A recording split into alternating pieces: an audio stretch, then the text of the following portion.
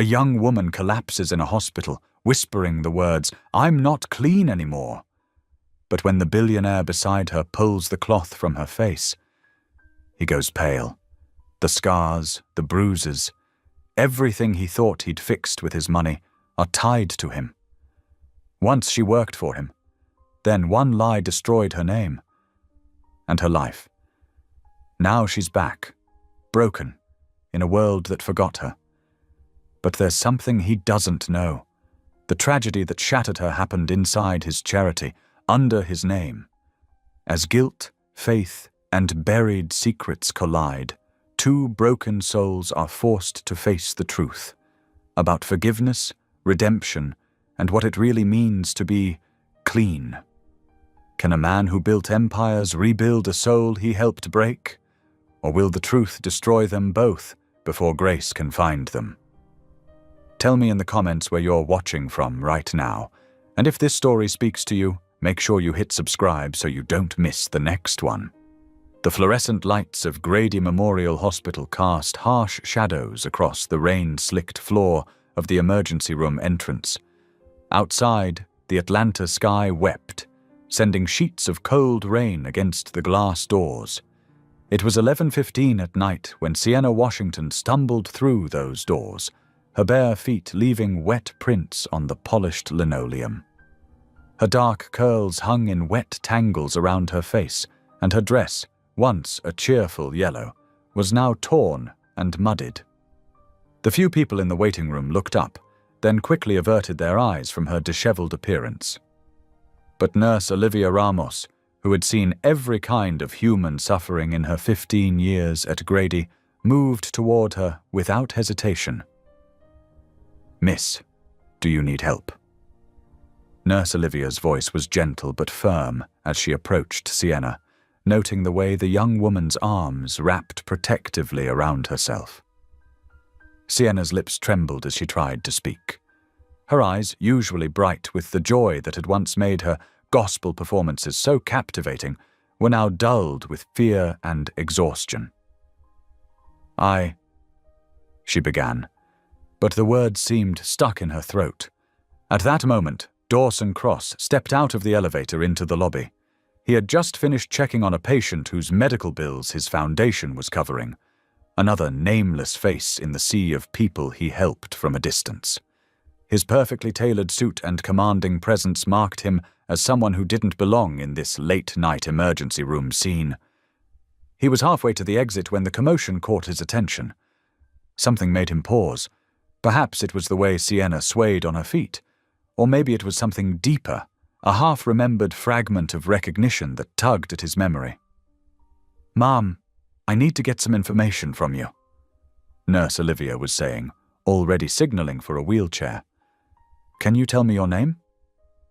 Sienna's voice came out as barely more than a whisper. Sienna Washington." The name fell from her lips just as her knees buckled. Dawson moved without thinking, crossing the space in 4 long strides. He reached her just as she began to collapse, helping Nurse Olivia ease her into the newly arrived wheelchair. Up close, he could see the bruises forming on her arms, the scratch marks on her neck. "I need a gurney here," Nurse Olivia called out, her practiced calm masking the urgency in her voice. She pressed her fingers to Sienna's wrist, checking her pulse. Dawson knelt beside the wheelchair, his expensive trousers soaking up water from the floor. Something about Sienna's face nagged at him. Had he seen her before? In a meeting? At one of his foundation's events? The feeling of recognition was like an itch he couldn't scratch. As the gurney arrived and they began to transfer her, Sienna's eyes fluttered open briefly. Her gaze met Dawson's, and in that moment, something passed between them. A connection he couldn't explain. Her lips moved, forming words that seemed to take all her remaining strength. "I'm not clean anymore," she whispered, the words carrying a weight that seemed to fill the sterile hospital air. The medical team began wheeling her away, Nurse Olivia keeping pace beside the gurney. Dawson found himself following, drawn by both concern and that persistent sense that he should know who this woman was. His phone buzzed in his pocket, probably his assistant reminding him about tomorrow's board meeting, but for once he ignored it. The fluorescent lights tracked their progress down the long hallway, the wheels of the gurney squeaking against the floor. Nurse Olivia shot him a questioning look as he continued to follow, but she didn't object to his presence. Perhaps she recognized him. His face had been in enough local papers and charity newsletters.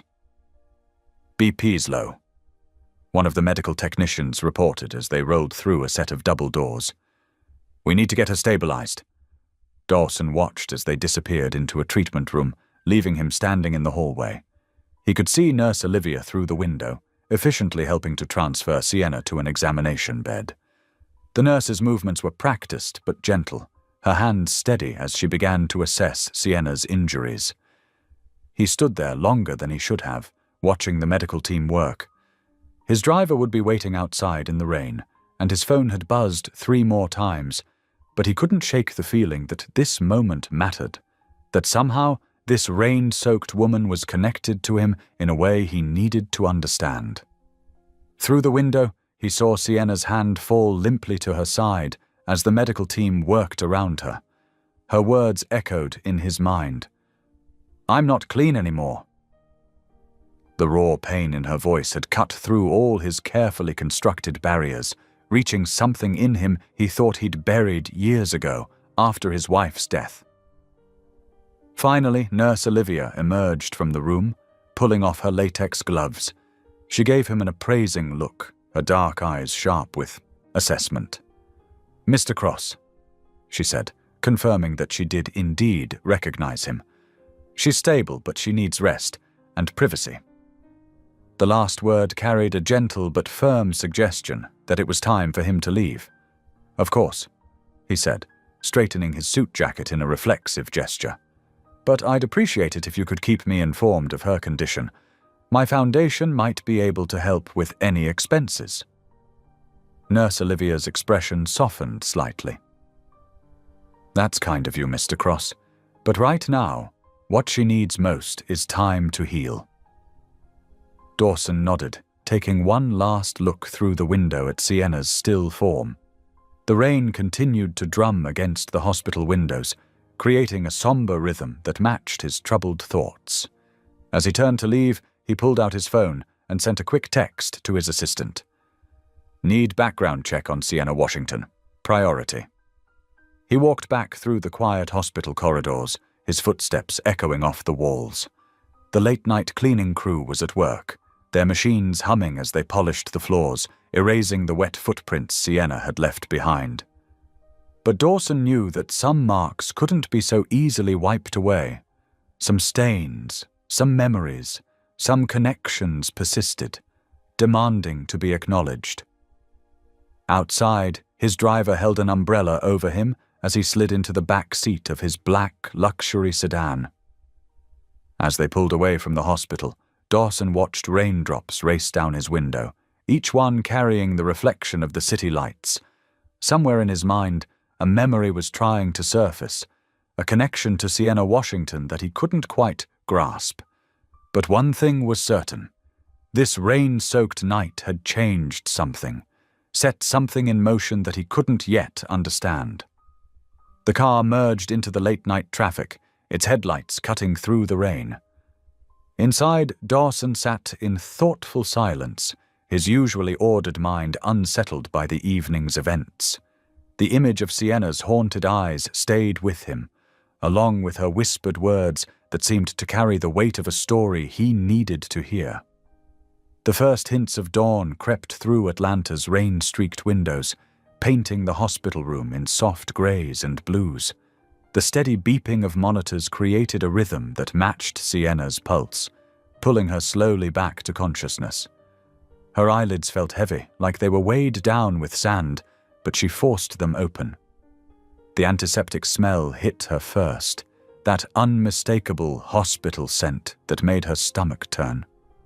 Then came awareness of the dull ache that seemed to radiate through every inch of her body. The thin hospital gown felt rough against her bruised skin, and the IV in her arm created an uncomfortable pinch. Through the fog of pain medication, Sienna's eyes drifted to the large window that separated her room from the hallway. A tall figure stood there, his expensive suit a stark contrast to the sterile hospital environment. Even in the dim light, she recognized him immediately, Dawson Cross, the man whose charitable foundation had once given her a chance, then taken it all away. Her heart monitor betrayed her panic, its steady beeping turning erratic. 2 years of buried memories crashed over her like a tidal wave. The false accusations, the public shame, the devastating loss of everything she'd worked for. Her trembling hands moved to the IV in her arm, fingers fumbling to pull it free. The movement must have caught his attention because Dawson turned and their eyes met. Recognition flickered across his face, followed by something that looked like shock. He stepped into the room, his normally commanding presence somehow softer in the grey morning light. "Miss Washington?" he said quietly, his voice carrying a weight she couldn't quite interpret. "I didn't realize. You used to sing at our foundation events." Sienna's fingers stilled on the IV, but her heart continued its frantic rhythm.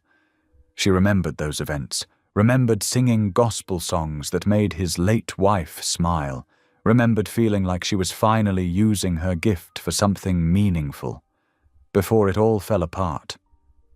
"Please," she whispered, her voice hoarse. I shouldn't be here." Dawson moved closer, and she could see the moment he truly took in her condition. His controlled expression cracked slightly as he noticed her split lip, the bruises blooming on her arms, the way she curled into herself like a wounded animal. Without a word, he shrugged off his expensive wool coat and draped it gently around her shoulders. The unexpected kindness of the gesture nearly undid her. The coat was warm from his body heat, and it smelled of sandalwood and something distinctly masculine. It should have made her feel safer, but instead, it made her feel small and vulnerable. Tears she'd been holding back began to fall. "You're shaking," he observed, his voice gentler than she'd ever heard it. He reached for a clean hospital cloth on the bedside table, dampening it with water from a pitcher. When he brought it to her face to wipe away her tears, it came away stained with dried blood she hadn't even realized was there.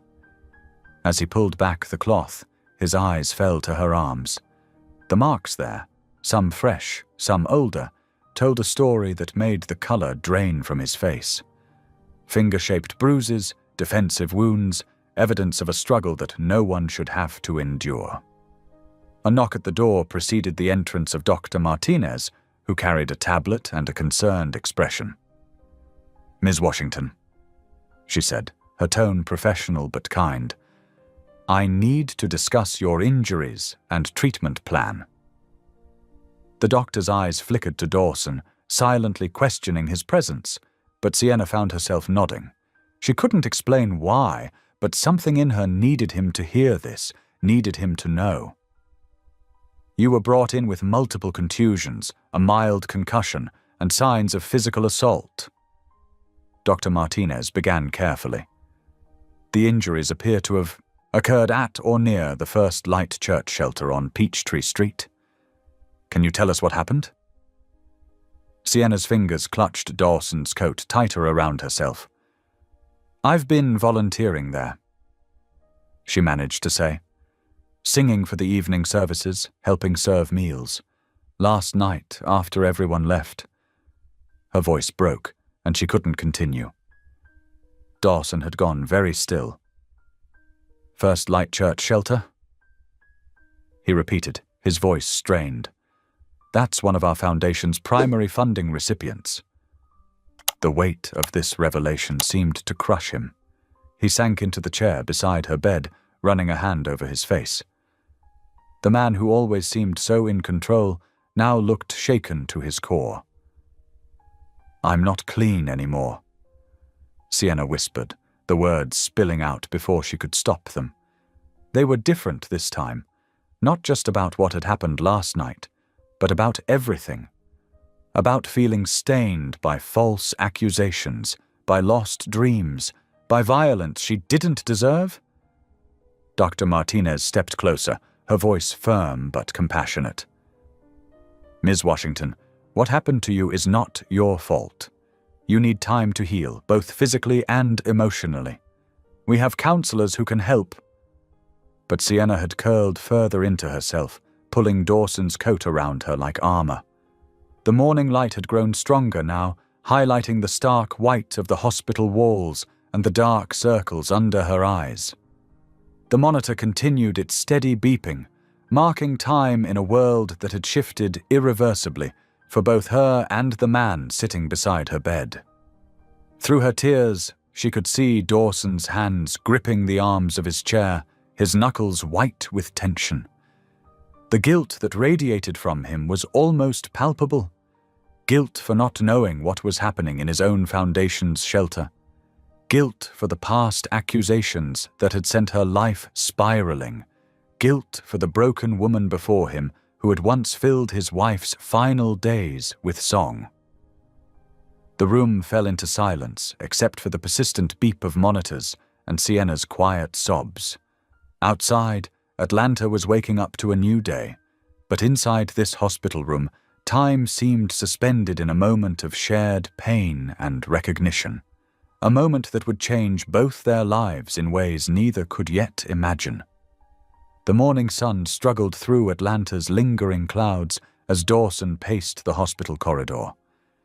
He hadn't slept, his mind replaying the previous night's revelations like a torturous film reel.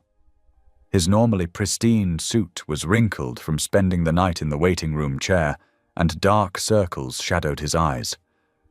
"Mr. Cross?" A woman's voice interrupted his thoughts. "I'm Sarah Chen, the hospital social worker assigned to Ms. Washington's case." Dawson turned to face her, straightening his posture automatically. "How is she doing?" Sarah's expression was professionally concerned as she consulted her tablet. "Physically, she's stable enough for release today. However," she hesitated, choosing her words carefully, "we have some concerns about her discharge plan. Ms. Washington has no current address on file. Her previous lease ended 2 months ago." "What about family? Friends?" Dawson asked, though he already suspected the answer. "She's been reluctant to provide emergency contacts." Sarah's voice softened. "From what we've pieced together, she's been staying temporarily with various church members, but her position at First Light Church ended after—" She trailed off, checking her notes again. "After the incident." Dawson's jaw tightened. The incident, a sterile word for what had happened to her. "And her employment history?"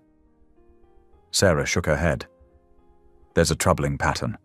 Every job application she's submitted in the past 2 years has been rejected. It seems her name has been—" She paused again, looking uncomfortable. "Blacklisted." Dawson finished, the word tasting bitter in his mouth. He knew exactly why. The theft accusation from his own foundation had spread through Atlanta's tight-knit charitable community like wildfire. An accusation he had never questioned, too consumed with his own grief over his wife's recent passing to look deeper. "Mr. Cross, without stable housing and support, her recovery could be compromised," Sarah said, "both physically and emotionally." Dawson rubbed his temple, an idea forming. "I have a property," he said slowly. "A guest cottage on my lake estate, about 40 minutes outside the city. It's private, secure, fully furnished." Sarah's professional mask slipped slightly, showing surprise. "That's very generous, but Ms. Washington would need to agree, and given your history—" "I know." Dawson straightened his tie, a nervous habit. "Let me speak with her." The walk to Sienna's room felt longer than it had the night before. Through the window he could see her sitting up in bed, staring out at the clearing sky. She looked small against the white hospital sheets, but there was still a dignity in her posture that touched him. He knocked softly before entering. Sienna turned, and he saw her body tense slightly, a reaction that made his guilt deepen. "Good morning," he said, keeping his voice gentle. "How are you feeling?" "Better." Her voice was quiet but steady. "The doctor says I can leave today." Dawson moved closer, careful to maintain a respectful distance. "I've been speaking with the social worker. She mentioned you might need a place to stay." Sienna's face closed off immediately. "I'll figure something out. I don't need your pity, Mr. Cross." "It's not pity," he said quickly, then paused, gathering his thoughts. "It's atonement, maybe. I've been carrying something for 2 years that I need to say." He met her eyes directly. "I never questioned the accusation against you, never looked into it personally. I was grieving Claire, drowning in foundation paperwork, and I just accepted what I was told. That was wrong of me." The honesty in his voice seemed to catch her off guard. She studied his face, searching for any sign of deception. "I have a guest cottage," he continued carefully, "on my lake property outside the city. It's private, peaceful, just trees and water and quiet. You could stay there, recover properly. No strings attached." "Why?" The question was barely a whisper. "Because it's the right thing to do, because you deserve a safe place to heal, and because maybe—" He swallowed hard. "Maybe we both need a chance at redemption." Sienna looked back out of the window, where the last of the storm clouds were breaking up. Several long moments passed before she spoke again. "Where is this cottage?" By early afternoon, Dawson was driving his Mercedes SUV along the winding road that led to his lake estate. Sienna sat quietly in the passenger seat, holding a small bag containing the few belongings the hospital had salvaged. The standard-issue sweats they'd given her seemed to swallow her frame. As they curved around the last bend, the lake came into view, a vast expanse of blue water surrounded by towering pine trees. Sienna's breath caught audibly at the sight. The cottage sat slightly apart from the main house, a charming structure of stone and wood with a wraparound porch. Dawson parked in front and came around to open Sienna's door, careful not to crowd her as she stepped out. A gentle breeze carried the scent of pine needles and fresh water. For the first time since he'd seen her in the hospital, some of the tension seemed to leave Sienna's shoulders as she breathed in deeply. "The cottage has everything you might need," Dawson explained as he led her to the door. "Full kitchen, laundry, internet. The nearest neighbor is 1/2 mile away, but there's a security system, and my housekeeper, Mrs. Rodriguez, lives in the main house if you need anything." He unlocked the door and stepped back, allowing Sienna to enter first. The interior was cozy but elegant, comfortable furniture in soft blues and greens, large windows overlooking the lake, a stone fireplace ready with wood. Sienna moved slowly through the space, her fingers trailing along a smooth wooden table. She paused at the window, looking out at the peaceful water. "You can stay as long as you need," Dawson said quietly. "There's no pressure, no expectations.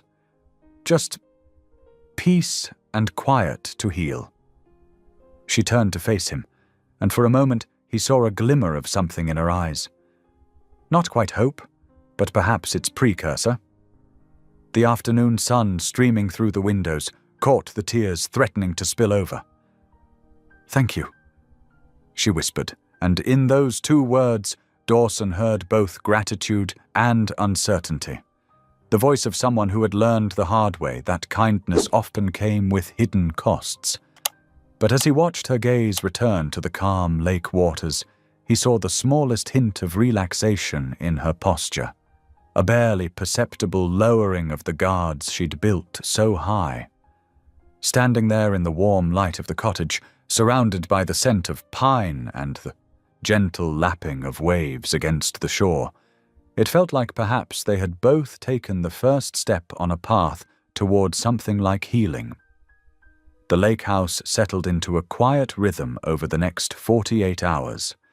Sienna spent most of her time by the cottage windows, watching the water ripple and change colors as the sun traced its path across the sky. Sometimes she would stand on the porch, wrapped in a thick cardigan Mrs. Rodriguez had kindly provided, letting the pine-scented breeze wash over her. In the main house, Dawson maintained a respectful distance while juggling business calls. His voice occasionally carried across the grounds as he paced the deck, phone pressed to his ear. Though he kept glancing towards the cottage, he resisted the urge to intrude on Sienna's solitude. "The Singapore deal needs restructuring," he told his executive team during one call, his eyes fixed on the cottage's chimney, where a thin trail of smoke indicated Sienna had lit the fireplace. "Push the meeting back 2 weeks. I'm handling some personal matters." The late afternoon sun was sinking toward the tree line when Dawson retreated to his study. He loosened his tie and sank into the leather chair behind his desk, exhausted from a day of negotiations. His fingers traced the smooth edge of his phone, hovering over the voicemail icon. He had listened to Caroline's old messages countless times since her passing, but tonight something compelled him to scroll to one particular recording from 2 years ago. His throat tightened as he pressed play. "Dawson, honey." Caroline's warm voice filled the room, slightly scratchy through the phone's speaker, but still achingly familiar. "I wish you could have been at the foundation event today. That young woman, Sienna Washington, her voice Dawson. When she sang Amazing Grace, I saw hardened businessmen wiping their eyes. She has such a gift for touching hearts." Dawson closed his eyes, remembering. Caroline had been so excited about discovering Sienna's talent. The message continued. "I know you're worried about me, about the Foundation's future, but promise me something, Dawson. Promise me you'll help people like her find their light. The world needs more voices that remind us of grace." The recording ended with a soft, "I love you." And Dawson's office fell silent, except for his uneven breathing. He pressed his palms against his eyes, Caroline's words echoing in his mind. How spectacularly he had failed to keep that promise. The next morning dawned clear and cool. Dawson stood in his kitchen, carefully preparing 2 cups of tea. He had noticed Sienna favoring chamomile during her hospital stay, so he selected that blend, adding a touch of honey to both cups. The gravel crunched under his shoes as he walked the path to the cottage. He hesitated before knocking, wondering if this was an intrusion. But Caroline's voice in his memory gave him courage. "Come in." Sienna's soft voice answered his knock. She was curled in, the window seat, a thick blanket around her shoulders. The morning light caught the healing scratches on her face, but some of the haunted look had left her eyes. "I brought tea," Dawson said, setting 1 cup on the small table beside her. "Chamomile. I noticed you liked it at the hospital." Surprise flickered across her face. "You noticed that?" "I notice more than people think." He settled into an armchair, leaving comfortable space between them. "I know I'm not always good at showing it, but I do see things." Sienna wrapped her hands around the warm cup, inhaling the steam. "Thank you. I want you to know," Dawson continued carefully, "that if you ever want to talk about anything, I'm here to listen. No judgments, no expectations, just a willing ear." She studied him for a long moment. The silence stretched between them, broken only by birdsong from outside. "I used to love singing at Caroline's events," Sienna finally said, her voice barely above a whisper. "It wasn't about performing. It was about sharing something holy. When I sang, I could feel God's presence so strongly. It made me believe I had a purpose." Dawson's hands tightened around his cup. Caroline loved your singing. She said you touched people's hearts. She was kind to me. Sienna's eyes grew distant. Even when everything fell apart, even when people were saying such terrible things about me, I held on to my faith. I kept thinking, God knows the truth. But then, her voice cracked.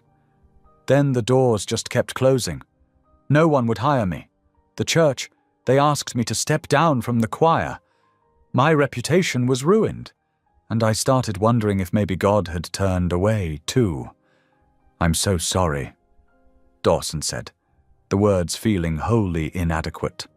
I should have investigated the accusations myself. I was drowning in my own grief after Caroline passed. I let other people make decisions I should have made. That's no excuse, but it wasn't your fault. Sienna interrupted softly. We all carry guilt for things we couldn't control. She met his eyes directly for the first time. I see it in you too. That weight. The feeling that you should have done something different, been something more. Dawson's breath caught. In that moment of recognition, one wounded soul seeing another, the carefully maintained distance between them seemed to shrink. Does it ever get easier? He asked, surprising himself with the vulnerability in his voice. I don't know, Sienna admitted. But maybe we're not supposed to carry it alone. They sat in companionable silence after that, sipping tea and watching the morning light dance across the lake. It wasn't healing, not yet, but it felt like the beginning of understanding. Two broken people, recognizing in each other the same desperate need for grace. The moment stretched, fragile but genuine, as the sun climbed higher and their tea grew cold. Neither seemed willing to break the peaceful quiet that had settled over them, as if they both instinctively knew that sometimes the most important connections happen in the spaces between words. Saturday morning brought a crisp autumn breeze across the lake. Sienna sat on the cottage's small couch, absently scrolling through her phone when it buzzed with an incoming message. Her friend Maya from the shelter had texted, "Emergency. The shelter is shutting down. They're saying something about money problems. Everyone has to be out by Monday. Call me!" Sienna's hands trembled as she dialed Maya's number. The phone rang 3 times before her friend's worried voice came through. "Sienna, it's crazy here," Maya said, her voice tight with stress. "They showed up this morning with official papers, something about financial irregularities. Nobody's telling us anything real." "What about the residents?" Sienna asked, her heart aching for the women she'd worked with. "Where will they go?" "That's just it. They're being transferred to other shelters across the city." "But, Sienna," Maya lowered her voice, "something feels wrong. Remember how you tried to report what happened to you? The paperwork's gone missing, all of it. And now this sudden shutdown?" Sienna's stomach knotted. "I'll call you back," she whispered, ending the call. She paced the cottage floor, memories of that terrible night flooding back. The shelter had been her sanctuary, a place where she thought she could rebuild her life after losing everything. Now it too was being taken away. Without thinking, she found herself walking up the gravel path to the main house. She needed answers, and only one person could provide them. Dawson was in his home office when she knocked. "Sienna." He looked up from his laptop, concerned. "What's wrong?" "The shelter is closing," she said, her voice steadier than she felt. "Did you know?" His expression shifted from confusion to shock. "What? No, that's impossible. My foundation is their primary donor." He turned to his computer, fingers flying across the keyboard. "Let me check something."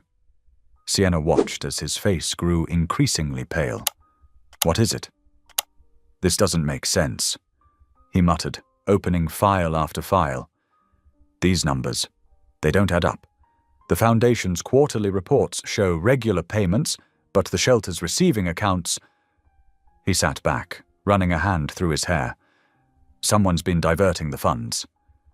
There's more, Sienna said quietly. The documentation about my attack. It's disappeared. Dawson's head snapped up. What? All the paperwork, the incident reports, everything. Gone. She wrapped her arms around herself. Just like the evidence that would have cleared me of theft 2 years ago. Understanding dawned in Dawson's eyes. The board members, he said. They're covering something up, using my name, my foundation. His hands clenched into fists. They're burying what happened to you to protect the foundation's reputation, to protect me. Sienna felt a strange calm settle over her. All this time, I thought I was alone in my disgrace. But it was bigger than me, wasn't it? How many other women have they silenced? I'll fix this, Dawson said, standing abruptly. I'll launch an investigation, replace the board, whatever it takes. No, Sienna said softly. This isn't something you can fix with money or power. She met his gaze steadily. The truth needs to come out. All of it. Even if it destroys your foundation's reputation, even if it destroys you. Sienna, I've lived with shame for 2 years, Dawson. Shame that wasn't mine to carry. Her voice grew stronger. I won't let them bury this. Those women at the shelter, they deserve better. I deserve better. She turned and walked out, leaving him standing in his office. The sun was setting as she made her way back to the cottage, painting the lake in shades of orange and gold. On the small porch, Sienna watched the moon rise, a pale ghost in the darkening sky. For the first time in 2 years, she felt the stirring of something like hope. Or maybe it was just the courage to face whatever came next. She closed her eyes, words rising from some deep, long-buried place in her heart. God, she whispered, if you're real, show me the truth. All of it, even if it hurts, even if it costs me everything. I need to know. The evening breeze carried her prayer across the quiet lake, rippling the water like gentle fingers across a glass sheet.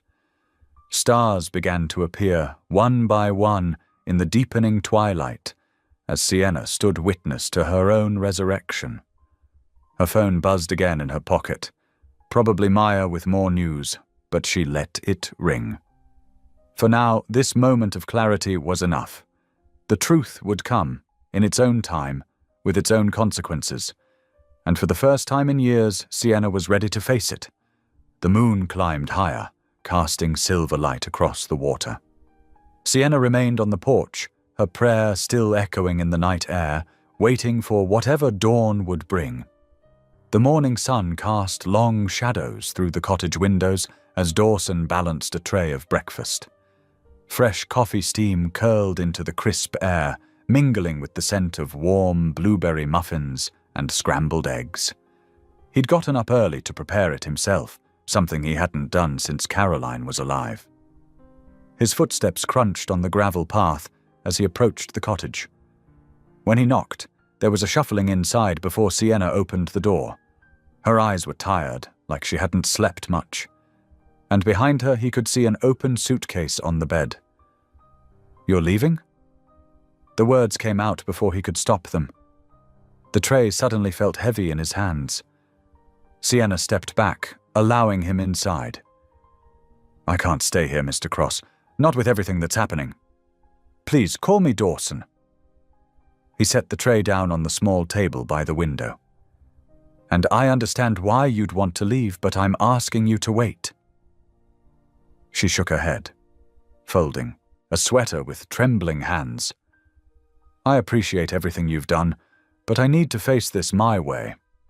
Just give me a minute. Dawson hurried out to his car and returned with a thick manila folder. I've been up most of the night working on this. Sienna paused her packing, curiosity winning over her resolve to leave. Dawson spread the documents across the table, careful not to disturb the breakfast tray. These are internal memos from 2 years ago, he explained, pointing to highlighted sections. Look at the dates. The theft report was filed 3 days before the actual audit showed any missing funds.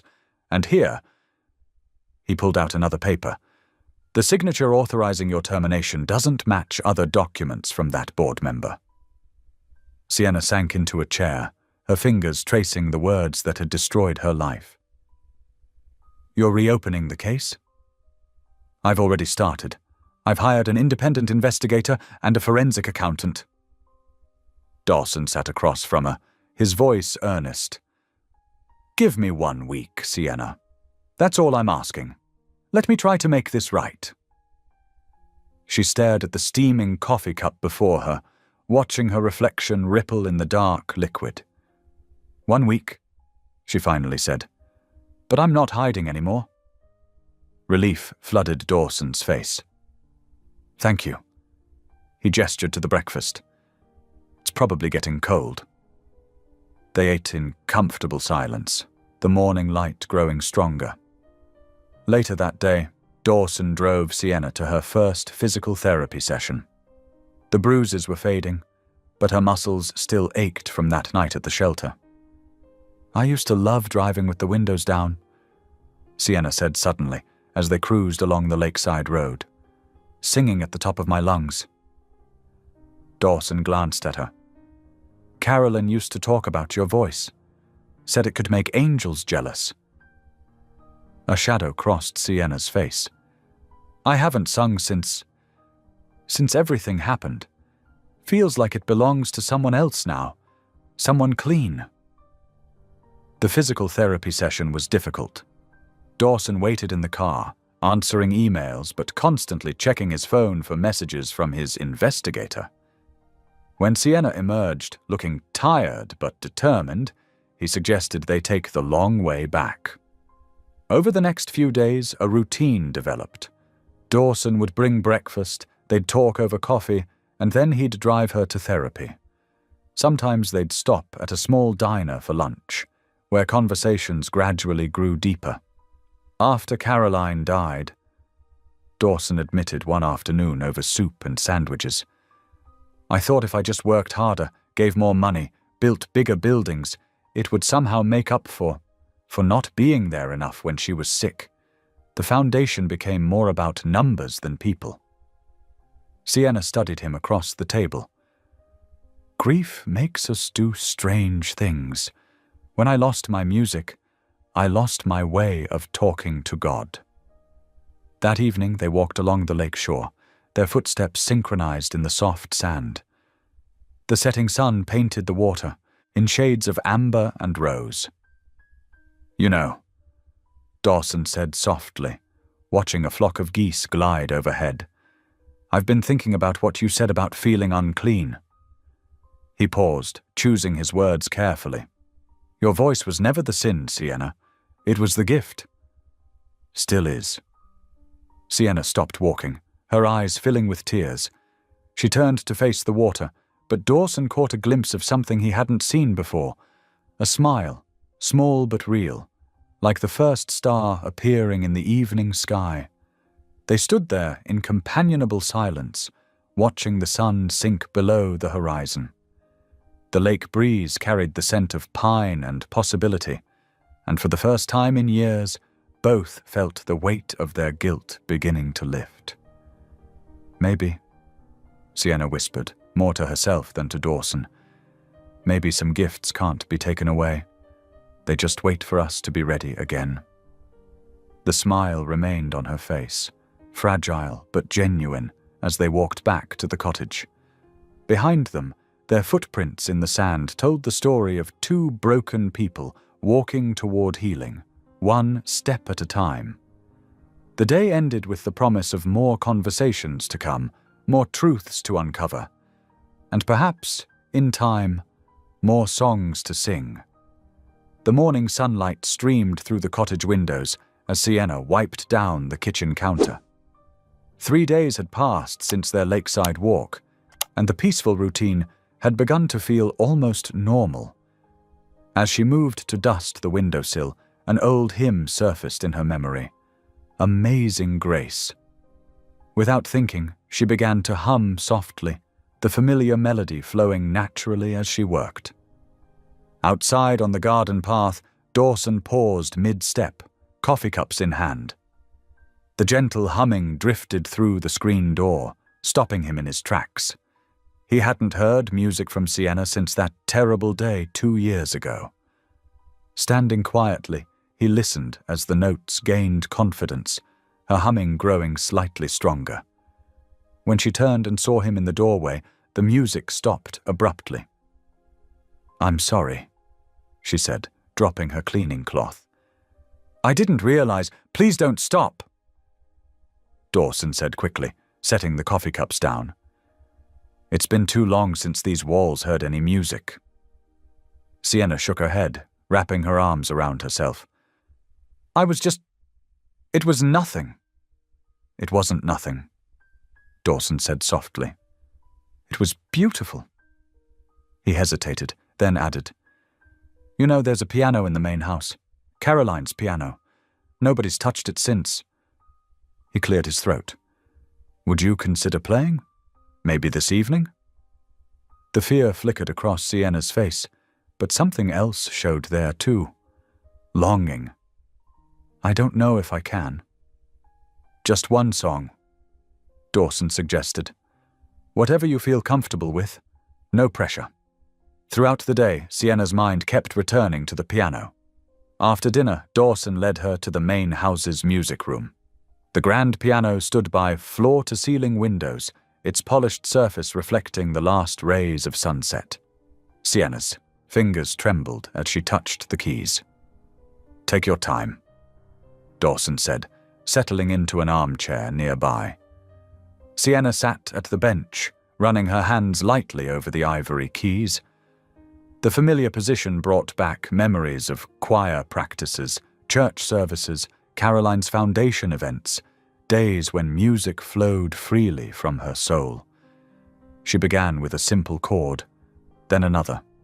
The first notes of "Amazing Grace" came out tentatively, her voice cracking on the opening words. But as she continued, something deep within her began to stir. By the second verse, her voice gained strength, filling the room with rich, soulful tones that spoke of both pain and hope. "Amazing grace, how sweet the sound that saved a wretch like me. I once was lost, but now am found, was blind, but now I see." When she finished, the last note hung in the air like a prayer. Dawson sat motionless, tears glistening in his eyes. He clapped softly, the sound gentle but sincere. "Thank you," he whispered. That evening marked a turning point.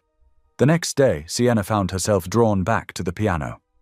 Dawson would bring his laptop to the music room, working while she played. Sometimes he'd request a song, other times he'd just listen. Laughter began to punctuate their evenings, genuine, healing laughter that seemed to chase away the shadows. One night, as Dawson reviewed charity reports, Sienna glanced over his shoulder. "Wait," she said, pointing to a column of numbers. "Those donation amounts, they don't match what I remember from the events." Dawson frowned, pulling up more documents. "What do you mean?" "The Christmas gala 2 years ago," Sienna explained, leaning closer. "I remember the final tally because Caroline was so excited. It was much higher than what's recorded here." Something clicked in Dawson's mind. He began cross-referencing files, his expression growing more focused. The discrepancies, they're all from events where large cash donations were collected, events where certain board members had direct access to the funds. They worked late into the night, piecing together a pattern of manipulation that stretched back years.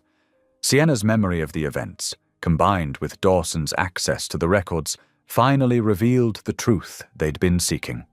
The next morning, Dawson arrived at the cottage early, his eyes bright with purpose. "I know how to fix this," he said, setting out fresh coffee. "We're going to hold a charity gala, a big one. I'll announce complete reforms of the Foundation's financial oversight. New board members, new procedures. Everything transparent. Sienna nodded slowly, seeing the logic in his plan. And, Dawson continued, his voice softening, I want you to sing. Not just one song, I want you to be the featured performer. The coffee cup froze halfway to Sienna's lips. Dawson, I can't. Those people, they all think... They'll know the truth by then. He assured her. This is your chance to reclaim your voice, your reputation, everything that was taken from you. Sienna set down her cup, her hands shaking slightly. The thought of facing all those people, standing on stage again, made her stomach clench. But as she looked at Dawson's unwavering faith in her, something shifted inside. The seed of courage he'd planted began to take root. When? She asked finally. 2 weeks from now, enough time to prepare but soon enough to make an impact. Sienna took a deep breath, feeling the weight of the decision. The old fear whispered that she wasn't ready, wasn't worthy. But another voice, stronger and clearer, reminded her of how it felt to sing again, to let the music flow through her like a healing stream. Okay, she said quietly. I'll do it. Dawson's face lit up with a smile that reminded her of Caroline's, full of warmth and belief in the goodness that could emerge from darkness. They spent the rest of the morning planning the event, their shared purpose creating a bridge between past wounds and future healing. The piano in the music room would see many more hours of practice in the days to come, each note carrying Sienna closer to the person she used to be, or perhaps to someone stronger than she'd ever been before. Sienna stood in the dimly lit backstage area of the Grand Hyatt's ballroom, her heart pounding against her ribs. The borrowed dress from Caroline's wardrobe, a simple black gown with delicate beading, felt both comforting and overwhelming. Her fingers traced the soft fabric, wondering if Caroline's spirit somehow lingered in these threads. The murmur of the gathered crowd filtered through the heavy curtains. Wealthy donors, board members, and local media filled the elegant space beyond. Sienna closed her eyes, trying to steady her breathing. 2 years ago, she'd stood on similar stages with confidence. Now her hands wouldn't stop shaking. 5 minutes, a stage manager whispered, touching her elbow gently. Sienna nodded, unable to form words. Through a gap in the curtains, she could see Dawson approaching the podium. He looked dignified in his dark suit, but she noticed the slight tension in his shoulders. He was carrying his own weight tonight. The spotlights dimmed, and a hush fell over the crowd. Dawson adjusted the microphone, his voice carrying clear and strong through the sound system. Good evening, he began. Many of you know me as the head of Cross Foundation. Tonight, I stand before you not just as a CEO, but as a man who lost his way. The crowd stirred, uncomfortable with this unexpected opening. 2 weeks ago, the St. Martha's Women's Shelter, a facility funded by our foundation, was forced to close its doors. The official story cited financial irregularities. The truth is far more troubling. Dawson paused, his gaze sweeping the room. Through negligence and misplaced trust, I allowed corruption to take root in our organization. Board members embezzled funds meant to protect vulnerable women. When one brave soul tried to speak up, she was silenced, first through false accusations, then through violence. Gasps rippled through the audience. Several board members shifted uneasily in their seats. I bear personal responsibility for what happened. By focusing on numbers instead of people, I failed to honor the mission my late wife Caroline believed in so deeply. His voice softened at Caroline's name. Tonight marks a new beginning. We're implementing complete financial transparency, appointing new board members, and most importantly, restoring justice to someone who never deserved to fall. Sienna's heart climbed into her throat as Dawson turned toward the curtain. Many of you remember her voice. It used to fill rooms like this with light and hope. Caroline once told me that when this woman sang, she could hear angels harmonizing. He smiled softly at the memory. Please welcome to the stage the voice that once carried light into my late wife's heart, Miss Sienna Washington. The spotlight swung towards the curtain as Sienna stepped out. The bright light felt like judgment, making her want to retreat. But then she caught Dawson's encouraging nod, and something inside her strengthened. She walked to the piano, her heels clicking softly on the hardwood stage. The keys gleamed under the lights, waiting. Sienna sat down, adjusted the microphone, and let her fingers rest on the familiar ivory. This song, she said quietly, is called Clean Again. The opening notes filled the space, gentle as rain. When she began to sing, her voice trembled on the first few words. Stains that won't wash away marks that time won't fade, standing in the pour of grace, still feeling afraid. But as she continued, strength flowed into her voice. The years of pain, shame, and silent prayers poured into each word. But your love keeps falling like mercy's sweet rain, till all that was broken is clean again. Tears streamed down faces in the audience. A reporter dabbed at her eyes while trying to keep her camera steady. Even the most hardened business executives found themselves moved by the raw emotion in Sienna's voice. As she reached the final chorus, her voice soared with newfound power. Let it pour down, let it wash clean, till every scar and shadow becomes what you see, and I'm clean again, finally clean again. The last note faded into profound silence. Then, like a wave breaking, applause erupted. People rose to their feet, their ovation thunderous and sincere. Through tear-blurred eyes, Sienna saw Dawson beaming with pride. He returned to the microphone as the applause finally settled. Tonight marks more than just a performance.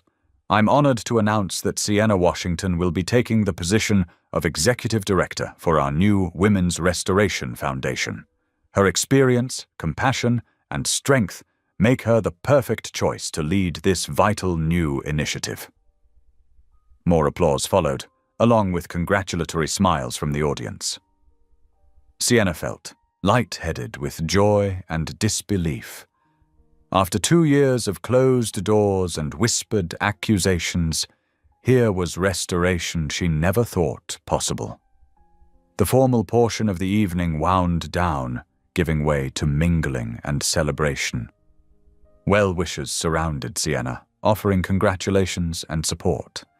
Several women whispered their own stories of healing, inspired by her courage to sing again. "This is your story now," Dawson said softly when he finally made his way to her side. "You're going to help so many women find their voice again." Sienna smiled, feeling truly clean for the first time in years. She pulled out her phone to capture this moment, to share it with her family. But as she opened her social media app, a news headline caught her eye and froze the breath in her lungs. Assault case dropped, confidential settlement signed by Dawson Cross. The phone nearly slipped from her trembling fingers. She looked up at Dawson, who was still smiling and chatting with guests, unaware that her moment of triumph had just shattered into 1,000 sharp questions. The sleek black limousine glided through Atlanta's nighttime streets, its interior thick with tension. The soft glow from passing streetlights caught the sequins on Caroline's borrowed gown, making Sienna sparkle like a wounded star. Her hands shook as she held up her phone, the harsh blue light illuminating tears in her eyes. "You made a deal with them behind my back." The words burst from her like shattered glass. The screen trembled in front of Dawson's face, forcing him to see the damning headline. Dawson's brow furrowed in genuine confusion. "What? I never—" He reached for the phone, reading the article with growing alarm. "Sienna, I swear I didn't sign anything."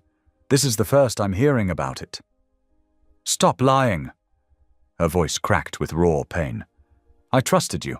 I got up on that stage thinking you were different, thinking you actually cared about justice. She pressed herself against the car door, putting as much distance between them as possible. But this whole time, you were just trying to save your reputation. Sienna, please listen. Dawson leaned forward, his face earnest in the dim light. I would never do this to you. Something's wrong here. Let me investigate. Investigate? She laughed bitterly. Like you investigated when I was accused of theft, or when the shelter was being robbed. Her fingers clutched Caroline's gown. The fabric that had felt like a blessing now seemed to mock her. You know what hurts the most? I actually believed in you. When you said you wanted to make things right, I believed you. The car pulled through the iron gates of Dawson's estate, gravel crunching beneath its wheels. Before it could come to a complete stop, Sienna yanked the door handle. Sienna, wait! Dawson called after her. At least let me explain. But she was already running, her heels clicking rapidly across the driveway. You only helped me to help yourself, she shouted over her shoulder, her voice echoing across the moonlit grounds. The sound of her pain hung in the air long after she disappeared into the shadows of the guest cottage. Dawson sat frozen in the car, his world tilting sideways. Everything he'd worked to rebuild was crumbling again. He pulled out his phone, dialing his assistant's emergency number. Marcus, I need you to pull every document related to Sienna's assault case. Now, someone's made a settlement without my authorization. 20 minutes later, Dawson stood in his office, surrounded by hastily printed papers. Marcus, his assistant, looked uncomfortable as he pointed to a signature at the bottom of the settlement agreement. It looks like your signature, sir, but the timeline doesn't match. You were with Miss Washington at physical therapy when this was supposedly signed. Dawson's jaw clenched as he examined the document more closely. Get me Richard Morton on the phone, now. The call to his corporate lawyer went straight to voicemail. A second attempt reached Morton's secretary, who nervously admitted that Richard had left the office early, taking several files with him. He did what? Dawson's voice was dangerously quiet. More digging revealed a trail of forged signatures, backdated documents, and carefully hidden transfers. Morton had been covering the Foundation's corruption for months, protecting board members who had been stealing funds. The settlement was his final attempt to bury the truth. Send security to Morton's office. Lock it down. I want every document, every computer. Dawson's commands came rapid fire as he paced the room. Call the police and get me the Foundation's board chairman. The next hour was a blur of calls and emergency meetings. Morton was officially fired, his access revoked, his crimes documented. But with each passing minute, Dawson felt Sienna slipping further away. At 3 o'clock in the morning, he finally walked to the guest cottage. The porch light cast lonely shadows across empty rocking chairs. His knock echoed hollowly. Sienna? He called softly. Please, I can prove what happened. Morton forged my signature. I've fired him, and we're pressing charges. No answer came. With growing dread, he used his master key to open the door. The cottage was empty. Caroline's gown lay carefully folded on the bed, a silent apology. Beside it, a small note read simply, Thank you for the gown. I'm sorry I couldn't be worthy of it. Dawson sank onto the bed, his head in his hands. Her guitar case was gone. The few clothes she'd accumulated during her stay had vanished. Even the sheet music they'd worked on together had disappeared, leaving only blank spaces on the coffee table. Dawn began to paint the sky in shades of grey and pink, but Sienna Washington had vanished into the night, taking with her both his chance at redemption and his emerging hope for something more than mere atonement. The only traces of her presence were the lingering scent of her perfume and the painful echo of her last words. You only helped me to help yourself." How cruel that his attempt to right one wrong had led to an even deeper betrayal. Not by his own hand this time, but through the very system he'd built to protect people like her. The irony felt like a physical weight on his chest as he sat alone in the cottage, where just days ago they'd shared laughter and music and the tentative beginnings of trust. The autumn leaves scattered across Dawson Cross's sprawling estate, golden and crimson against the manicured lawn. Inside his mansion, silence hung heavy in rooms that once echoed with music and hope. 3 weeks had passed since Sienna's departure, and each day brought new headlines that tarnished the Cross family name. "Cross Foundation mired in corruption scandal," screamed the Atlanta Journal-Constitution. "Fraud at prestigious charity, board members resign," declared the Business Weekly. Dawson sat in his study, surrounded by stacks of financial records and legal documents. His phone buzzed constantly with calls from reporters, but he ignored them all. The investigation had revealed deeper corruption than anyone imagined. 8 board members had resigned in disgrace, and federal authorities were conducting their own probe. Though he was innocent, his reputation lay in tatters. The foundation's good work over the years was overshadowed by scandal. Donors withdrew their support. Even longtime friends distanced themselves, unsure what to believe. Late one evening, as rain tapped against the windows, Dawson found himself reaching for his phone. His fingers moved automatically, playing the voicemail he'd saved for 2 years.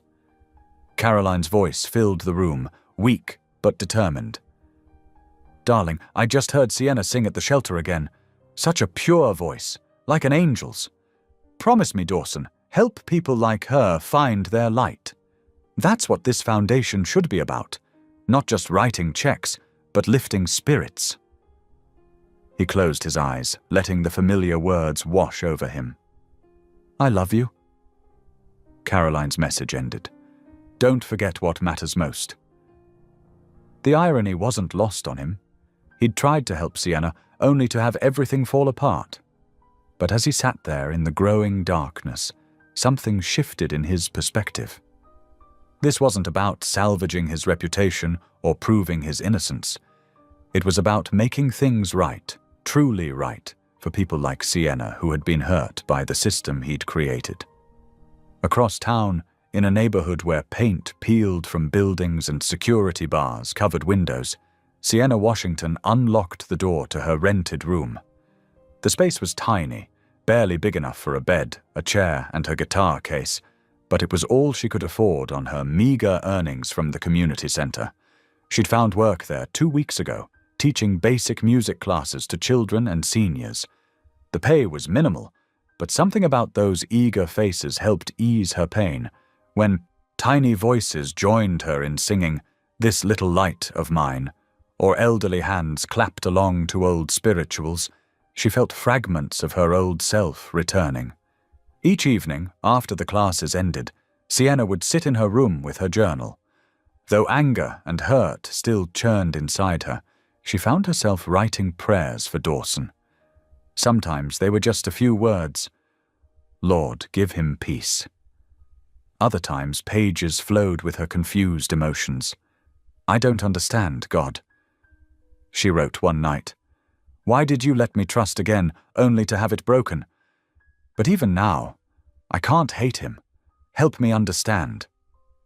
She avoided newspapers and social media, not wanting to see anything about the Cross Foundation scandal. The community center became her sanctuary, far removed from the wealthy world she'd briefly re-entered. Then, one rainy Tuesday, as she was packing up her guitar after an afternoon class, Mary Beth, one of the regular volunteers, rushed in waving her phone. "Sienna, you need to see this!" The older woman's face was flushed with excitement. "It's about Mr. Cross's lawyer. He confessed to everything." Sienna's hands froze on her guitar case. "What?" Mary Beth held out her phone, showing a news video. Richard Morton, Dawson's former lawyer, stood outside the federal courthouse, surrounded by reporters. His face was haggard as he admitted to forging Dawson's signature, to covering up the board's corruption, to arranging the unauthorized settlement about Sienna's assault. Mr. Cross knew nothing about these actions, Morton stated clearly. I betrayed his trust and the Foundation's principles. I accept full responsibility. The phone slipped from Sienna's trembling fingers. Mary Beth caught it before it hit the floor. Oh, honey, the older woman said softly, seeing tears stream down Sienna's face. Did you know him well? Sienna could only nod, overwhelmed by the realization that she had misjudged Dawson completely. He had been telling the truth that night. While she'd run away, believing the worst of him, he'd been fighting to expose the real corruption. I need a minute, she whispered, stumbling towards the community center's small chapel. The space was dark and quiet, lit only by a few votive candles. Sienna sank into a back pew, her tears falling freely now, all the prayers she'd written, all the hurt and confusion she'd poured out in her journal, they took on new meaning. I'm sorry, she whispered into the silence. I'm so sorry I didn't trust, didn't listen. Without conscious thought, she began to sing. It was an old hymn, one her grandmother had taught her. Amazing Grace. Her voice, though scratchy with tears, grew stronger with each verse.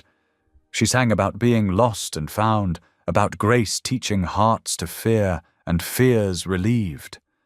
A few people from the afternoon classes paused in the hallway, drawn by the sound. Mary Beth stood in the doorway, tissue in hand. But Sienna barely noticed them. This wasn't a performance.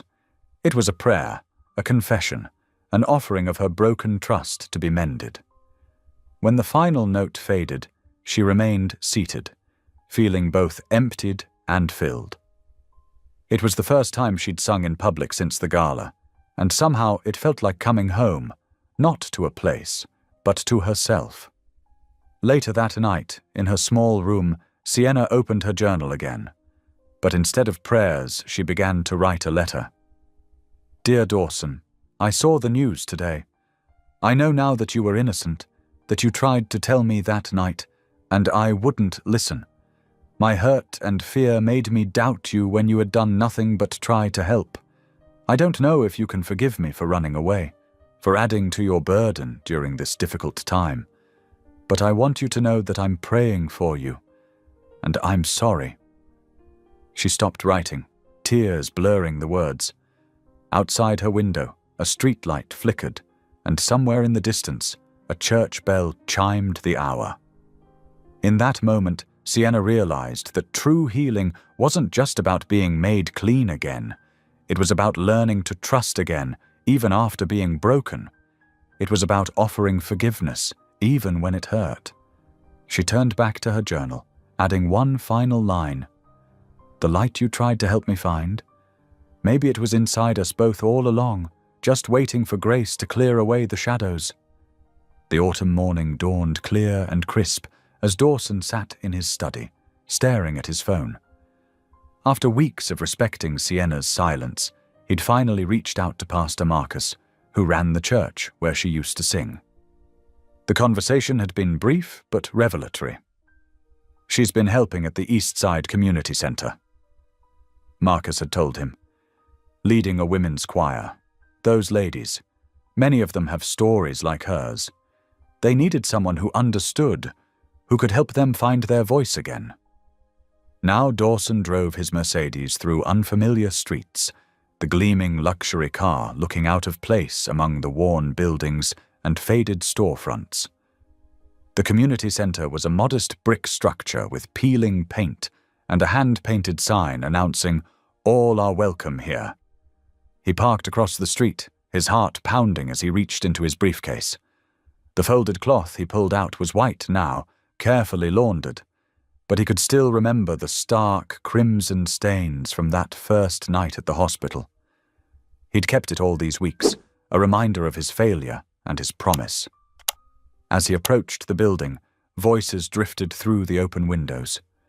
Dawson stopped, recognizing the melody of Amazing Grace. But it wasn't just one voice. It was a chorus of women, their harmonies raw and real, and leading them was Sienna.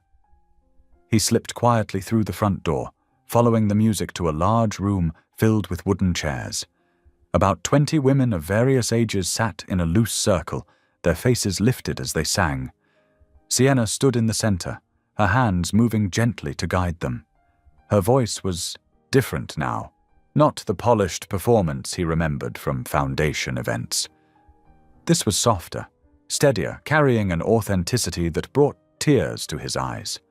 She wore simple jeans and a faded sweater, her hair pulled back in a practical braid, but she glowed with a quiet confidence he'd never seen before. Amazing Grace! How sweet the sound that saved a wretch like me! The words filled the room, each woman adding her own story to the ancient hymn. Some voices cracked with emotion, others soared with newfound strength, but together they created something beautiful and healing.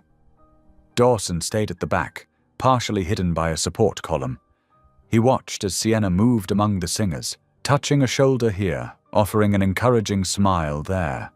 This was where she belonged, not on some grand stage, but here among the broken, helping them find their way back to wholeness. The final notes faded into reverent silence. Women wiped tears, hugged each other, gathered their belongings. Sienna spoke quietly with each one as they left, and Dawson could see the bonds of trust and understanding between them. Finally, only Sienna remained, gathering sheet music from a rickety piano. Dawson stepped forward, his footsteps echoing in the empty room. She turned, and for a moment they just looked at each other, all the pain and misunderstanding of the past weeks hanging between them. "Your voice," he said softly. "It's stronger now." Sienna's hands tightened on the papers she held. Not stronger, just more honest, maybe. Dawson moved closer, holding out the folded cloth. "I kept this," he said, his voice rough with emotion, "because I thought I could make you clean again, but I was wrong." She stared at the cloth, recognition flickering in her eyes. "The hospital?" "Yes." He swallowed hard. "I thought if I could just fix everything, clear your name, restore your position, make all the wrong things right, then you'd be whole again. But that's not how healing works, is it?" Tears filled Sienna's eyes as she reached for the cloth. Her fingers brushed his as she took it, and neither pulled away immediately. "You never stopped caring," she whispered, realization dawning in her voice. "How could I?" Dawson's words were barely audible. "Carolyn saw something in you, something pure and true. I was too blind to see it then, too caught up in systems and solutions. But watching you here today..." He gestured to the empty chairs, still holding the energy of the women who'd filled them. "This is real healing, not something that can be bought or managed, something that only grace can bring." A tear slipped down Sienna's cheek as she looked at the clean white cloth in her hands. "I thought you'd betrayed me," she admitted. "When I saw that headline about the settlement, I let my old wounds tell me lies about you. I would never..." Dawson started, then stopped himself. "No, I understand why you believed it. I represented everything that had hurt you before. I'm so sorry, Sienna, not just for what happened 2 years ago, but for thinking I could somehow purchase your redemption." She smiled through her tears. "Maybe we were both learning the same lesson. That healing doesn't come from outside, not from money or status, or even other people's forgiveness. It comes from grace," they said together, and something shifted in the space between them, like a wall crumbling or a window opening to let in light. The empty community hall held a sacred stillness as Dawson and Sienna moved to sit in 2 of the worn wooden chairs. Afternoon sunlight filtered through the stained glass windows, casting pools of amber, crimson, and sapphire across the scuffed floor. The colors danced around them like silent witnesses to this moment of truth. Dawson's shoulders hunched forward as he gathered his thoughts. The polished businessman facade had crumbled, leaving just a man trying to make things right. "I need to tell you everything," he said, his voice quiet but steady. "About the settlement, about what really happened." Sienna sat perfectly still, her hands folded in her lap, the cleaned hospital cloth resting between them like a bridge across their shared past. She didn't speak, but her eyes held his, giving him space to continue. "My corporate lawyer, Marcus Bennett, forged my signature on that settlement," Dawson began, the words tumbling out like stones he'd been carrying too long. He was protecting himself. He'd been helping the board members embezzle funds from the foundation for years. When you were attacked at the shelter. His voice caught. They saw an opportunity to bury everything. They thought if they could discredit you again, no one would look deeper. Sunlight shifted across the floor as clouds passed outside. Sienna's breath came out in a soft whisper. "How did you find out?" "My assistant found irregularities in the paperwork. Documents I supposedly signed when I was actually across town at the hospital with you." Dawson's hands clenched into fists. "The moment I discovered it, I fired Bennett. He's facing criminal charges now, along with half the board." He turned to face her fully, his eyes filled with remorse. "But that's not the worst part. When I started digging, I found out they were the same ones who accused you of theft 2 years ago. They needed a scapegoat when money started disappearing, and you—" He shook his head.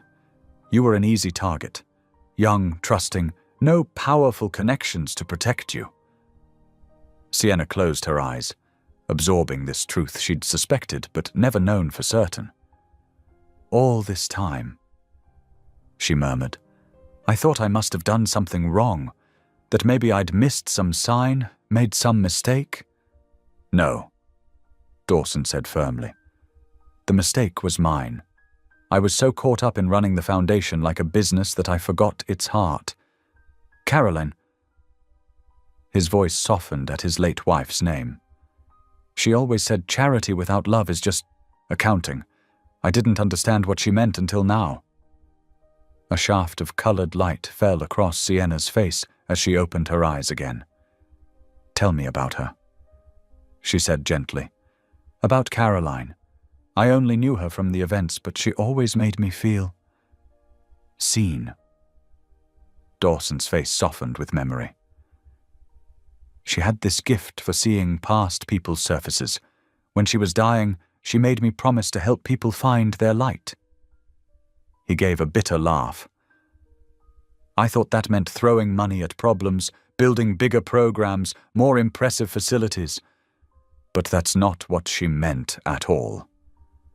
"What did she mean?" Sienna asked, though something in her expression suggested she already knew. "She meant this." Dawson gestured to the room around them, to the empty chairs that had held broken women finding healing through song. Real connection, real healing. You can't buy grace. You can only create space for it to work. Sienna nodded slowly. "That's what I've learned here. These women don't need someone to save them. They need someone to walk beside them while they save themselves." "I was so arrogant," Dawson admitted, his voice rough with emotion. "I thought I could fix everything with money and influence. Clear your name, restore your position, make it all go away. But real healing doesn't work like that, does it?" "No," Sienna said softly. "It doesn't." They sat in companionable silence for a moment, watching the colored light shift and dance around them. Then, slowly, deliberately, Sienna reached out and placed her hand over his. The touch was gentle but firm, a bridge across years of misunderstanding. "You didn't ruin me, Dawson," she whispered, her voice carrying the weight of hard-won wisdom. I let the world tell me I was ruined, but I'm still here. The simple statement hung in the air between them, dissolving the last remnants of the wall that had separated them. Dawson turned his hand beneath hers, their fingers intertwining naturally, like two parts of a whole finally finding their way back together. These women, Sienna continued, gesturing to the empty chairs. They come here thinking they're broken beyond repair, but every time they raise their voices together, every time they share their stories, she smiled, they discover they're stronger than they knew. Dawson watched her face as she spoke, seeing the passion that lit her from within. This wasn't the polished performer from his foundation galas, nor the broken woman from the hospital. This was someone new, someone who had walked through fire and emerged transformed. We could rebuild the shelter, he said suddenly. Not under my name. That's not what it needs, but under a new name, one that speaks to second chances and new beginnings. Sienna's eyes widened. You'd do that, even after everything that happened? Especially after everything that happened. Dawson squeezed her hand gently. But this time, we do it right. No corporate board, no fancy galas. Just real. People helping real people find their way back to wholeness.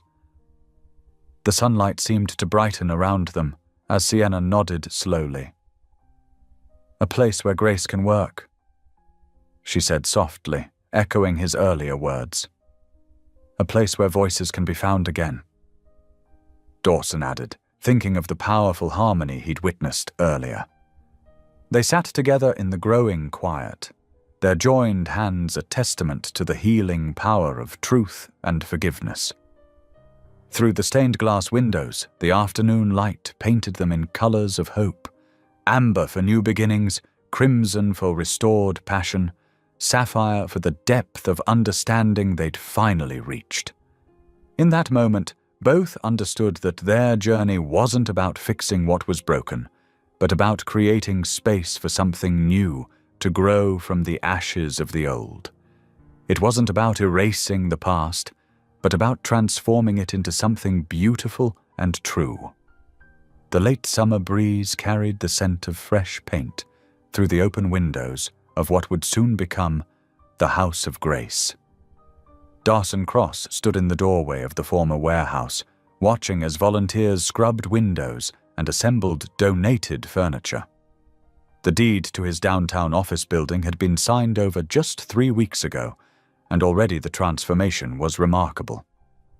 The delivery truck's here with more beds, Sienna called from the loading dock, clipboard in hand. Her voice carried authority now, confidence returning with each passing day. She wore faded jeans and a paint-splattered t-shirt, her hair tied back in a practical bandana. Gone was the haunted look in her eyes, replaced by purposeful determination. Dawson hurried to help direct the unloading. "Where do you want these?" he asked, rolling up his sleeves. The expensive watch he once wore had been replaced by a simple rubber band, better suited for manual labor. "Second floor, rooms 12 through 15, Sienna replied, checking her list. She paused to help a former shelter resident arrange pillows on a freshly made bed. "Looking good, Maria. You've got a real talent for this." Maria beamed at the praise. Like many of the new staff members, she had once been homeless herself. Now she earned a living wage helping others find their way back. The shelter's new hiring policy had been Sienna's idea, giving jobs to women who understood the journey firsthand.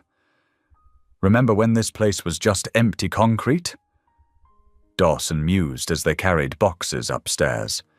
The industrial space had been transformed with warm colors and comfortable furnishings. Local artists had donated paintings, and quilting groups had supplied handmade blankets for every bed. Sienna smiled, running her hand along a freshly painted wall in soft sage green. "It's amazing what a little hope can do." "And a lot of elbow grease," Dawson added with a chuckle, wiping sweat from his brow. They had deliberately kept his involvement quiet. No press releases, no grand announcements about the billionaire's latest charitable venture. Instead, word spread organically through church groups and community organizations. Donations came in small but steady amounts, furniture from local thrift stores, supplies from neighborhood businesses, volunteer hours from countless helping hands. Pastor Elaine Brooks visited regularly, offering guidance and spiritual support. Today she stood in what would become the shelter's chapel, arranging hymnals in the pews. "The Lord works in mysterious ways," she said as Sienna approached. Who would have thought 6 months ago that all this would rise from such dark times? Sienna nodded, remembering the night she'd stumbled into the hospital, broken and afraid. "I still can't believe how far we've come." "That's because you weren't walking alone," Pastor Elaine said wisely. "None of us are meant to carry our burdens by ourselves." She straightened up, fixing Sienna with her characteristic direct gaze. "Which reminds me, we're having a dedication service next Sunday. The congregation would be blessed to hear you sing." Sienna's hand flew instinctively to her throat. Though she'd been leading informal singing sessions with the shelter's residents, she hadn't performed in public since the ill-fated gala. "I don't know." "You do know," Pastor Elaine said firmly. "That voice of yours isn't just for private use, it's a gift meant to be shared." From across the room, Dawson watched the exchange with quiet interest. He'd learned to step back, to let Sienna find her own way forward. His role now was support, not rescue. The next few days passed in a blur of activity. Furniture was arranged, kitchen equipment installed, security systems tested. Every detail had been carefully planned with the residents' safety and dignity in mind. The shelter would offer not just beds, but job training, counseling, and most importantly, community. On Saturday evening, Dawson found Sienna in the chapel, sitting alone at the piano. Her fingers moved silently over the keys as she mouthed the words to an old hymn. "Nervous about tomorrow?" he asked softly. She nodded. "What if I'm not ready? What if my voice isn't strong enough?" "Your voice has always been strong enough," Dawson said, sitting beside her. "Even when you whispered, it carried truth." Sienna turned to face him, eyes bright with unshed tears. "I keep thinking about that night at the hospital. How lost I felt, how unclean." She took a deep breath. "But standing here now, seeing all this, it's like everything that was broken is being rebuilt into something better." "That's what grace does," Dawson replied. "It doesn't just restore, it transforms." They sat together in comfortable silence as evening light filtered through the chapel's simple windows. Tomorrow would bring its own challenges, but tonight they could rest in the knowledge that they had created something genuine and good. The dedication service dawned clear and bright. Community members filled the chapel to capacity, their excited chatter falling silent as Pastor Elaine stepped to the podium. "We gather today to dedicate this house of grace," she began, her rich voice carrying to every corner. "Not just as a shelter, but as a testament to the power of second chances and the strength of the human spirit." Sienna sat in the front row, hands clasped tightly in her lap. Dawson had chosen a seat near the back, wanting the focus to remain on the shelter's mission rather than his presence. When Pastor Elaine called Sienna forward, the room grew completely still. She walked to the piano with measured steps, took her seat, and placed her hands on the keys. For a moment she closed her eyes, gathering courage. Then she began to play, and her voice rose clear and true. "Amazing grace, how sweet the sound that saved a wretch like me. I once was lost, but now am found, was blind, but now I see." The familiar words took on new meaning in this space, sung by this woman who had lived their truth. Other voices joined in, shelter staff, volunteers, community members, until the chapel rang with harmony. Dawson watched from his place at the back, remembering Caroline's words about helping people find their light. He hadn't understood then that sometimes the greatest help came not from fixing things, but from creating space for healing to happen naturally. The House of Grace wouldn't solve every problem or heal every hurt, but it would offer what its name promised, a place where grace could work its quiet miracles, one life at a time. The morning of the grand opening dawned with golden promise, sunlight streaming through Atlanta's autumn haze. Outside the newly renovated House of Grace, volunteers arranged rows of white folding chairs on the freshly laid grass. The building itself seemed to glow, its red brick facade scrubbed clean, new windows gleaming, and a hand-carved wooden sign proclaiming its name in elegant letters. Sienna arrived early, her guitar case clutched tight against her side. She paused at the entrance, remembering how different things had been just months ago when this place lay abandoned and dark. Now, fresh paint brightened the walls, and vases of wildflowers decorated every windowsill. The scent of coffee and fresh-baked muffins wafted from the new industrial kitchen where several formerly homeless women, now employed as staff, prepared refreshments for the ceremony.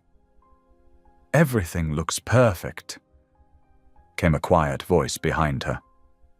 Dawson stood there, dressed not in his usual business suit, but in simple khakis and a blue button-down shirt. He looked more human this way, more like the man who had sat with her through long evenings of healing and hope. "I can hardly believe it's real," Sienna replied, running her hand along the smooth wooden banister they'd installed last week. "When I think about that night at the shelter—" "Don't," Dawson said gently. "Today isn't about what happened then. It's about what happens next." By 10 o'clock, the grounds were filling with people.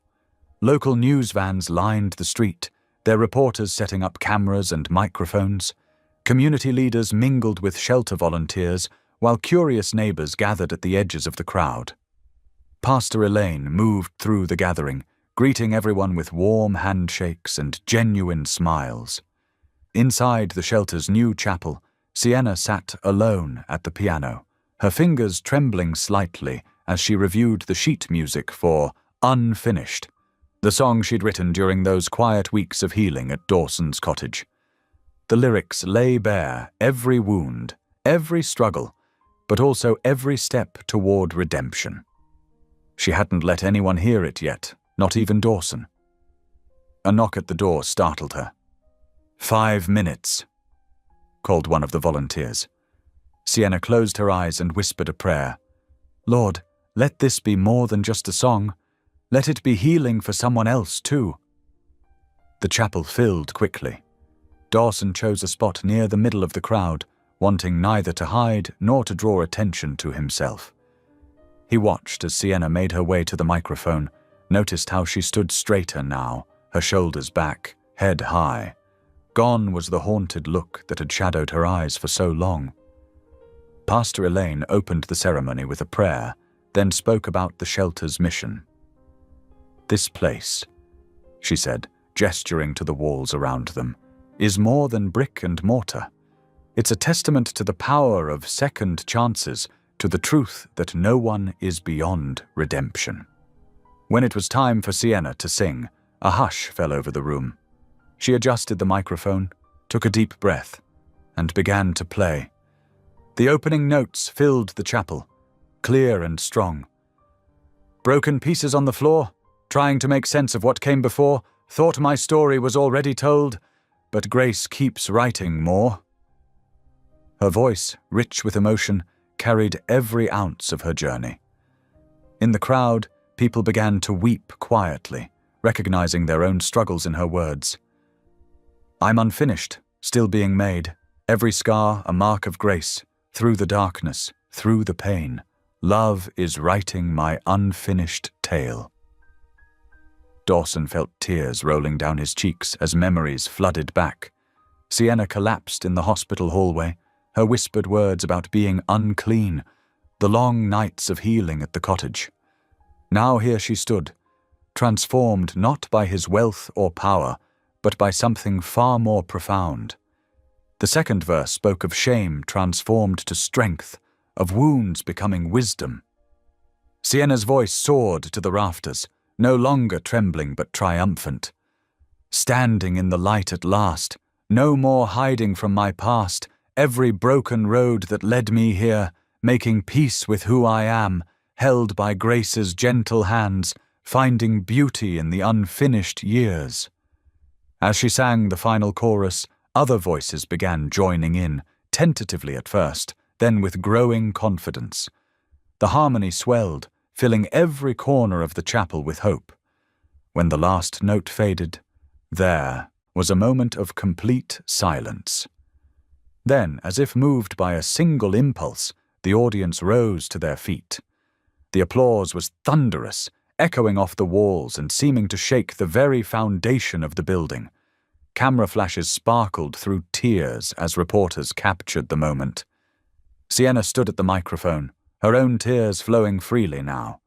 She looked out at the crowd, at the shelter residents who had become family, at the volunteers who had worked alongside her, at Dawson standing quietly in their midst, and saw in their faces the same truth she had finally come to accept. That sometimes the most beautiful stories are the ones still being written. Through the applause, through the tears and smiles and embraces that followed, something profound had shifted. The House of Grace had transformed from a symbol of past pain into a beacon of future hope. And Sienna, standing in its light, knew she too had been transformed, not into someone new, but into who she'd been all along, before shame and fear had tried to silence her song. The late afternoon sun cast long shadows across the steps of the House of Grace as the celebration began winding down. Inside, the warmth of community still hummed with life, women chatting over paper plates filled with potluck dishes, children chasing each other through the freshly painted hallways, their laughter a melody sweeter than any song. Sienna sat on the concrete steps, her formal dress gathered carefully around her knees. The day's emotions had left her exhausted, but filled with a deep, settled peace. She watched as volunteers helped clean up streamers and balloons, their movements unhurried and content. Dawson emerged from the building, loosening his tie as he stepped into the golden evening light. He carried 2 paper cups of punch, offering one to Sienna as he lowered himself to sit beside her. They sat in comfortable silence, watching the sun paint the sky in strokes of pink and orange. From inside, the sounds of life drifted out. Dishes clinking, children giggling, women sharing stories in low, warm tones. Each noise was like a note in the symphony of healing that had begun here. "You know," Sienna said softly, turning the paper cup in her hands, "I keep thinking about Caroline today." She glanced at Dawson, gauging his reaction. His face softened at the mention of his late wife's name. The grief was still there, but it had mellowed into something gentler, more like gratitude for the time they'd had. "I think Caroline would have loved this," Sienna continued, gesturing to the building behind them. "All of it, the music, the laughter, the second chances." Dawson smiled, and for a moment he looked younger, unburdened. "She already does," he said simply. He reached into his jacket and pulled out something carefully wrapped in tissue paper. Sienna watched as he unfolded it with reverent hands. It was the cloth from the hospital, the one that had come away stained with her blood, that first night. But now it was different. Someone had carefully cleaned it, and it had been professionally framed in a simple wooden shadow box. The cloth itself was pristine white again, though faint traces of what it had witnessed remained, telling its story of transformation. "This belongs here," Dawson said, his voice thick with emotion. He held it out to her. It's a reminder that nothing and no one is beyond restoration. Sienna took the frame, her fingers tracing the glass. She remembered that night in vivid detail, the pain, the shame, the feeling of being irreparably soiled. But now she saw something different in the cloth's carefully preserved folds, a testament to healing. Standing slowly, she walked to the entrance. Above the door was an empty space that seemed to have been waiting for just this moment.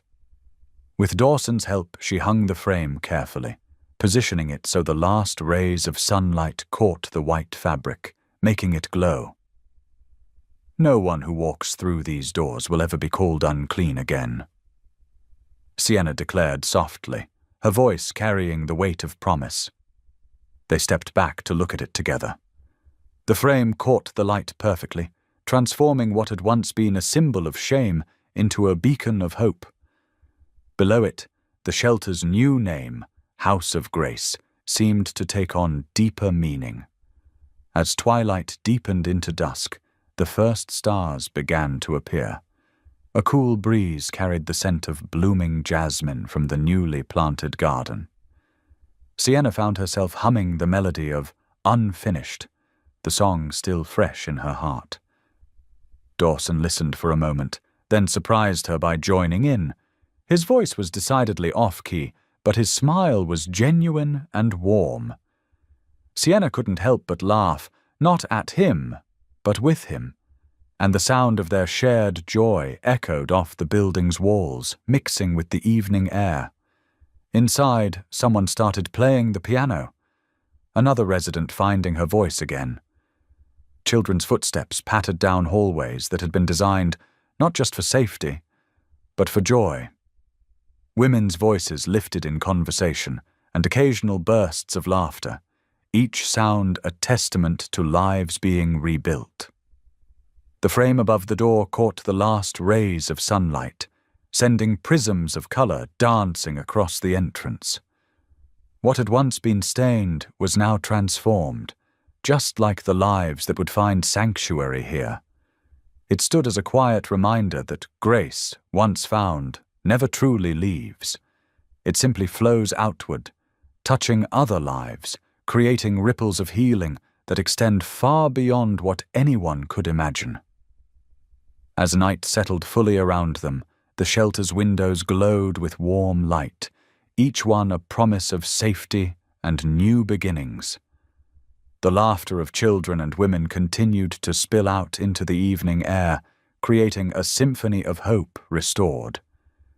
In that moment, as Sienna and Dawson sat together on the steps, their impromptu duet fading into comfortable silence, the House of Grace stood as a testament to the power of second chances and the enduring strength of the human spirit. The gentle hum of hope that filled the air wasn't just a feeling. It was a tangible presence, as real as the building itself, as lasting as the grace that had brought them all to this moment. It whispered of stories still being written, of songs yet to be sung, of hearts continuing to heal. In the growing darkness, the framed cloth above the door seemed to glow with its own light, a beacon for all who would come seeking shelter, saying without words, "Welcome home. Here you are clean. Here you are loved. Here you are free to begin again." The morning light painted golden stripes across Atlanta's skyline as dawn broke over the city. Wisps of mist danced above the lake's surface near the House of Grace, creating an ethereal scene that matched the peace in Sienna's heart. She woke before her alarm, the melody from last night's impromptu duet with Dawson still playing in her mind. The shelter buzzed with morning activity. In the dining area, women gathered around tables, some still wearing pajamas, others dressed for job interviews. Their laughter bounced off the walls, real, genuine laughter that spoke of safety found and fear left behind. "First good sleep I've had in 3 years," one woman announced, cradling her coffee cup. "The beds here feel like clouds," another added, helping her young daughter pour cereal. Sienna paused in the doorway, taking in the scene. These weren't just residents anymore, they were becoming family. The front door chimed, and Dawson stepped in, carrying something that looked old and well-loved. As he approached, Sienna recognized it, a leather-bound notebook, its edges worn soft with use. Caroline's songwriting journal. "I think it's time you wrote your own again," he said softly, holding it out to her. Sienna's fingers trembled as she took it. The pages were filled with Caroline's flowing handwriting, lyrics, thoughts, prayers. Near the back, she found an empty page, pristine and waiting. Her pen hovered for a moment before touching the paper. Then the words came, flowing like water. "Grace doesn't erase what was. It builds something new from the ruins." Making her way to the old upright piano in the corner, Sienna sat down. Her fingers found the keys naturally, and a new melody began to form. It was tentative at first, then grew stronger, like a flower pushing through concrete. Small faces appeared in the doorway, children drawn by the music. They watched with wide eyes as Sienna's voice rose, clear and strong, no longer carrying any trace of shame or fear. Dawson stood behind her, and in that moment, he wasn't the billionaire who'd lost his way, or the man who'd tried to fix everything with money. He was simply someone who'd found his own redemption in helping others find theirs. The morning sun streamed through the windows, warming the room filled with the aroma of fresh coffee and toast. Women paused, in their conversations to listen, some swaying gently to the music. The shelter itself seemed to breathe with new life, each note of Sienna's song adding another thread to the tapestry of healing being woven within its walls. As the final note resonated through the room, Sienna turned her face toward the window, letting the bright sunlight wash over her features. The storm that had brought her to Grady Memorial that night had given way to something beautiful, a song of restoration, ready to be heard. Thank you for being here. If something in this story stayed with you, I'd love to see you again. Subscribe, and tomorrow I'll bring you another story crafted with heart.